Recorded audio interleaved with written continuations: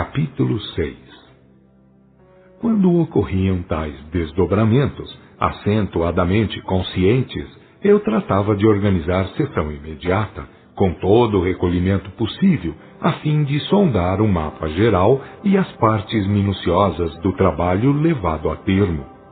Vinham, então, as palestras relevantes e confortadoras, as trocas de opiniões e a entrada em conhecimentos de subido valor doutrinário e verdadeiro. Na tarde seguinte àquele desdobramento, reuni 5 ou 6 elementos na residência da senhora Alzira, focando a questão em andamento. Ao ouvir meu pai, que por ela mesma falava, ratificou as lembranças que lhe relatei, acrescentando informes outros, minuciando fatos. Quem sai de tais planos inferiores, Teodoro, nunca fica muito tempo aguardando reencarnação, a não ser que deva muitos trabalhos remissivos e preparativos. Jonas, por exemplo, irá trabalhar alguns anos como aplicador de mãos, em região e cidade pouco mais clara e melhorada, onde vivem cidadãos agravados em processo de reabilitação psíquica. Ora, observe, a lei conjuga fatores, elementos e esforços, joga com os recursos devidos e necessários, apanhando o indivíduo no plano geral e movimentando-o da melhor forma no painel das particularidades. Não sendo de maneira alguma possível o revolvimento das questões em geral, faz com que a criatura tome o melhor partido ou caminho por onde melhor e mais facilmente possa encontrar a solução geral. Jonas, pelo que foi determinado, irá curar-se enquanto procura curar os outros, porque as forças a movimentar nos outros são aquelas em que deve se adestrar. Estudará os recursos do espírito, notará a importância dos fatores intelecto-morais, atenderá o quanto importa saber e aplicar as forças de ordem espiritual, mental, fluídica, magnética e acionais em geral, a partir dos meandros cerebrais e emotivos, sem apelar para as grosserias idólatras, sem se valer de instrumentos materiais, isto é, sem fazer de Deus o responsável por tudo quanto é rampeiro e degradante, segundo as práticas que lhe são costumeiras, práticas viciosas, trazidas do mundo pelas quais se fanatizara e a bem das quais cometera tremendos erros. Saberei, papai, quando ocorrerá a remoção de Jonas para outro local? Tomará parte na serviceira em curso, observando a conduta simples e fiel, conforme tem feito, porque foi uma de nossas vítimas. Não haveria obrigação alguma da sua parte, uma vez que está encarnado. Como, porém, sua dedicação à causa do Senhor tem sido muito bem apreciada nestas plagas, e a sua faculdade oferece campo vasto de auxílio, eu roguei a sua participação, havendo boa acolhida por parte dos altos mentores. Isto me alegra imensamente, papai. Nem poderia ser de menos, meu filho. Afirmo, no entanto, que grandes são as responsabilidades que de tudo isso decorrem. Não se deixe embair de orgulhos e vaidades, e não se julgue cheio de graças, porque isso tudo são apenas oportunidades conferidas em virtude de merecimentos adquiridos. É como se fossem adiantamentos, compreende? E se não souber usá-los, ficará devendo as contas de qualquer maneira. Lembre-se, pois, de que a simplicidade e o trabalho profícuo são as marcas do servidor fiel. Tome sempre a Jesus por modelo, ele que tinha o espírito sem medida. Quanto ao mais, aguarde pelo que vier. Boa conduta e preciosas leituras, palavras conscientes e orações meditadas. Vou-me agora porque os trabalhos são muitos. Ele se foi, tendo nós outros encerrado a sessão. Pelo espaço de 4 dias, nada houve de merecedor de atenção. A noite seguinte, porém, esteve plena de belas realizações. Assim que fui deitar, vi como desaparecer o teto, ficando o firmamento a descoberto, com as estrelas a cintilar. Era maravilhoso, prendia a atenção, fascinava. Dentro em pouco, foram aparecendo luzes na imensidão, Luzes que foram vindo, que se aproximaram, aumentando de tamanho e de vida. Digo vida porque manifestavam soberbo esplendor inteligente, embora se apresentassem como flocos de luzes em profusão. Quando clarinadas soaram nos espaços infindos, como que anunciando a presença de alguém. Observei que flocos muito maiores foram aparecendo, como a surgirem no local, não provindos de outras partes. E a imensidão se fez povoada de flocos e mais flocos por todas as partes, surgindo. Quando observei, já não estava no leito, mas tomando parte na maravilhosa parada celestial, fazendo parte de um pequeno grupo, aquele mesmo que fora ao encontro de Jonas. Sabe o que isto significa? Perguntou-me um dos do grupo. Ao certo, não, respondi. Ele veio e, como era muito mais alto, sem esforço, colocou-me a mão direita sobre a cabeça, dizendo: repare que ao centro está o globo terrestre, formando ao redor faixas de luz ou de luzes de diferentes colorações. Havendo observado, notei que havia um bloco negro ao centro, bloco negro que era circundado por muitas faixas. Realmente, respondi-lhe, vá pondo atenção em tudo, mas comece do centro, daquele bloco negro, que é a Terra.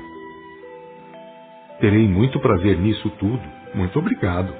Apliquei o máximo de atenção no bloco negro, observando que ele se revelava também todo escamado, feito de faixas superpostas e concêntricas, porém de coloração escura, entre cinza e marrom. Após, fui erguendo a vista, notando que a imensidão era toda constituída de faixas agora mais claras, que se elevavam acima de nós, sumindo nas alturas. Que maravilha! Exclamei. Recomece, ordenou o mentor. Recomecei, notando que apareceram criaturas, a começar do centro do bloco. Já não eram apenas luzes, pois se haviam feito humanidades, legiões de seres, vivendo normalmente. Fui olhando para cima, observando que havia diferença muito pronunciada em matéria de colorações.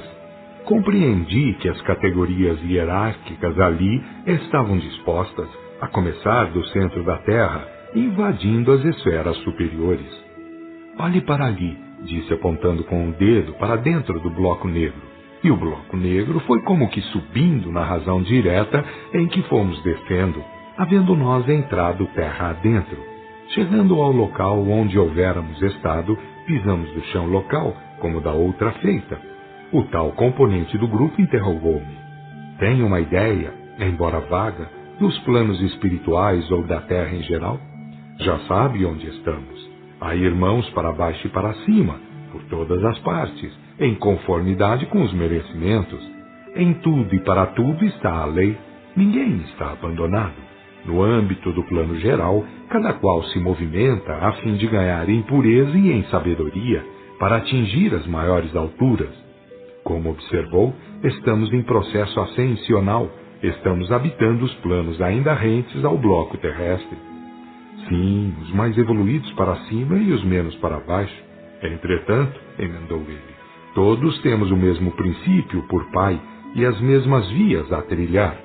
Tudo quanto foi ensinado à humanidade, desde os chamados grandes mestres da antiguidade, cinge-se ao programa edificador. Realmente a verdade nunca foi velha, nem tampouco nova. Jamais houve, em sã razão, sabedoria antiga ou moderna, para ficar apenas em duas datas conceptivas. Tudo quanto foi ensinado pertenceu a uma só verdade. O que agora estamos ensinando e aprendendo é parte da única verdade. Apenas, como é fácil conceber, cumpre respeitar os ciclos evolutivos, os aumentos conseguidos, as etapas vencidas. Compreende-se perfeitamente. No entretanto, prosseguiu ele, bem viu quantas legiões ainda rastejam nos planos inferiores, ajustando contas com as más obras. Não faça confusão entre a involução e a criminosidade, entre os que devem evolução e os que devem faltas e crimes. Ninguém sofre penas pelo fato de ser involuído, pois aquele que não pode subir normalmente merece respeito e auxílio. Mas aquele que comete faltas e crimes, esse paga. Não quero lembrar-lhe os pequeninos, aqueles que estão nos primórdios evolutivos. Quero que pense naqueles que pagam dívidas nos lugares tenebrosos. Quero que faça oração pelos criminosos. Por quê? Simplesmente porque nós pertencemos ao serviço de socorro e serviços que dizem respeito aos errados por causas religiosas, a começar de lugares como este, na subcrosta. Nossos trabalhos desenvolvem-se de maneira ascensional, pois a chefia geral pertence a Jesus Cristo. Nota. Conforme informação do autor, hoje o diretor planetário é João Evangelista. Jesus está em plano superior. Fim de nota. E como deve ter percebido, Jesus edificou doutrina sobre a revelação para fazer conhecer o mecanismo da vida planetária, do todo, a fim de, aos poucos, harmonizar os conhecimentos e os trabalhos de maneira prática. O que ora ocorre no plano carnal representa o efeito de uma ordem superior, por via de fatores cíclicos. Importa exercitar a revelação, porém dentro do máximo rigor, isto é, tendo por finalidade a edificação intelecto-moral, o aperfeiçoamento em geral, não, porém, com fins interesseiros, objetivos degradantes, como infelizmente ocorre com alguns irmãos menos avisados, que atendem a espíritos sem a menor autoridade, que apenas vazam seus próprios defeitos. Infelizmente, aduzi, muitos são aqueles que perguntam a espíritos sobre questões de ordem puramente alheias ao programa de edificação espiritual. Pretendem que os espíritos sejam seus empreiteiros de bens mundanos. Justamente, atendeu ele, onde reside um grave erro. A função do Consolador é informar sobre as verdades fundamentais, é ensinar segundo a capacidade dos instrutores e dos aprendizes, tendo por extensão algumas vantagens curadoras. Resumindo, cumpre-lhe recordar as lições do Cristo, portanto, desempenhar a função doutrinadora, exercitando os recursos possíveis em matéria de preservação da saúde física. Como pode compreender, cada cidadão destas plagas pertence a um determinado grau de evolução e plano de habitação, vindo a focalizar as questões em conformidade com o seu caráter e poder de concepção. Disso resulta que alguns irmãos da Terra menos avisados perguntam a certos espíritos aquilo que lhes está acima de cogitações, e outros fazem pior, entregando-se a práticas horríveis, apelando para recursos animalizantes, convocando agentes do pior quilate, agentes que se fazem passar por tudo quanto não são, mentindo para todos os efeitos, com o fito de se fazerem respeitar e honrar. Tenho pensado nisso, bondoso irmão. Distanciando-se de mim, anunciou: fui indicado para dizer o que disse e fazer o que fiz. Agora, Teodoro, o restante é com seu pai. Depois de eu lhe agradecer, meu pai comandou: vamos ao governador tratar do caso Jonas. Dentro de segundos estávamos defronte ao menzarrão, que, havendo chamado um seu auxiliar, mandou que nos conduzisse ao local onde se achava Jonas. O padre estava metido em roupas diferentes, habitando uma palhoça nos confins de um vale, bem ao pé de pedregosa montanha. Sua indumentária era simples e grosseira caricatura, sua morada horrível e o local bastante ermo. Havia em tudo aquilo muito exagero, o triunfo do desequilíbrio psíquico, mas o homem estava de acordo, vibrava a favor de inadiável reforma intelectual. Quando apareceu, vindo das alturas da montanha, parecia um Elias, a seu modo e gosto, assim como pôde imaginar, ataviar e aparentar. Daria para rir, não fosse a piedade que inspirava, levando a sério o programa severo, mas de maneira até ridícula. Meu pai havia advertido antes de chegarmos que a situação devia ser respeitada, fosse qual fosse, porque seria o começo de uma grande renovação interior, com o alijamento das formas grosseiras de culto, quer mentais, quer práticas, e assim ocorreu, conforme suas previsões. Salve, bradou ele, cheio de pose, erguendo o seu improvisado bordão. Salve, respondemos nós, erguendo as respectivas destras.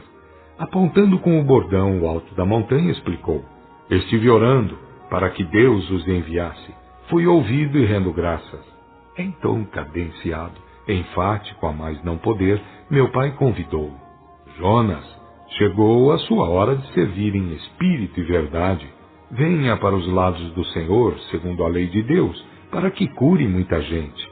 Bem sabe o que é o mundo espiritual, a cópia exata do mundo terrestre, com as pioras que se pronunciam nas regiões inferiores, onde legiões e legiões penam e gemem a culpa adquirida através de erros tremendos.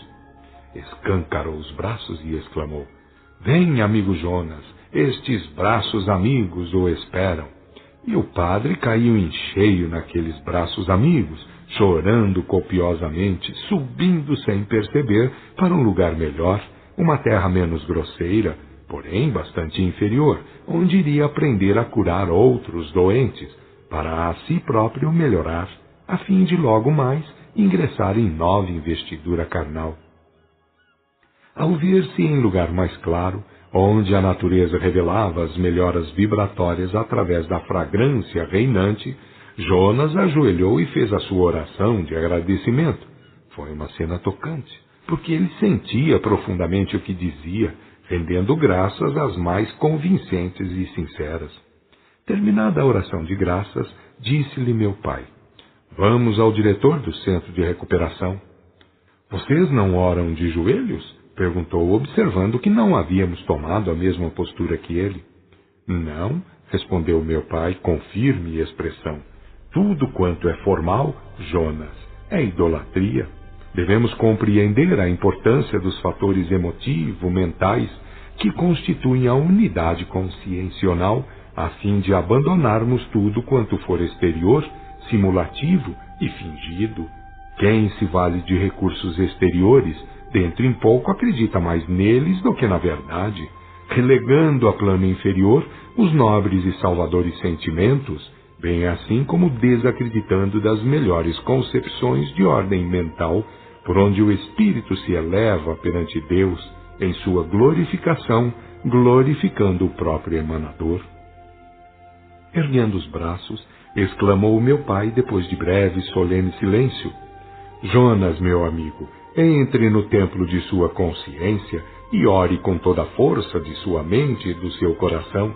Estabeleça contato com a luz divina, que é onipresente através de sentimentos elevados e de nobres empenhos serviçais. Pasmo diante de semelhantes afirmativas, o padre comprometeu-se. Suas palavras valem como ordens do Senhor. Aqui está quem deve obedecer. Vamos ao diretor, tornou a dizer meu pai. E fomos entregá-lo ao diretor de uma grande casa recuperadora, a fim de começar a pensar em outros termos.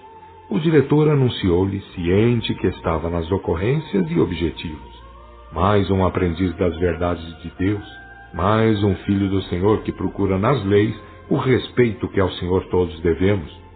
Enquanto pronunciava tais palavras, entregou-lhe outro manual avisando: este manual, Jonas, contém os melhores ensinos sobre as leis e as virtudes conhecidas e aplicadas por Jesus, e mais tarde transferidas aos apóstolos pela revelação ou batismo de Espírito. Irá conhecer a Igreja viva de Jesus Cristo, edificada sobre a moral e a revelação. O mais tudo, como lhe irão ensinar e exemplificar, depende de suas próprias aplicações. Eu lhe recomendo, antes de mais nada, que saiba honrar o pensamento e os ditames do coração. Estes recursos é que devem ser postos em aumento, porque são os fundamentais e impassíveis. Quanto aos demais recursos de ordem exterior, apenas atraiçoam o primeiro mandamento da lei de Deus. Usará a matéria apenas como serva do espírito, nada mais, porque tudo quanto passe disso é idolatria.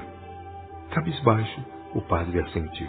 Saberei honrar a soberana vontade usando bem o cérebro e o coração para jamais apelar aos recursos idólatras. Reconheço que o espírito é mais do que toda e qualquer matéria e que acima da inteligência e dos melhores sentimentos nada pode existir como elementos de compreensão e amor a Deus. O diretor indicou aquele que o devia conduzir ao pavilhão onde iria servir, concluindo: erga sua consciência como produto de sua elevação intelecto-moral, a fim de ter onde manter felizes contatos com a luz divina. Aprenda agora, Jonas, e ponha em prática a grande lição de Jesus Cristo, porque todas as virtudes estão no Espírito e devem ser desabrochadas e aplicadas. E quem é virtuoso, por certo, aborrece ao que é idolatria. Assim que o servente indicado levou-o, disse o diretor a meu pai: somos filhos de quem é Espírito e verdade. Entretanto, quanto custa para abandonarmos a idolatria recalcada? Meu pai emendou visivelmente contrito: esquecemos o ritual do amor e da ciência que liberta para nos lembrarmos de outros rituais exclusivamente pagãos que chafurdam o espírito.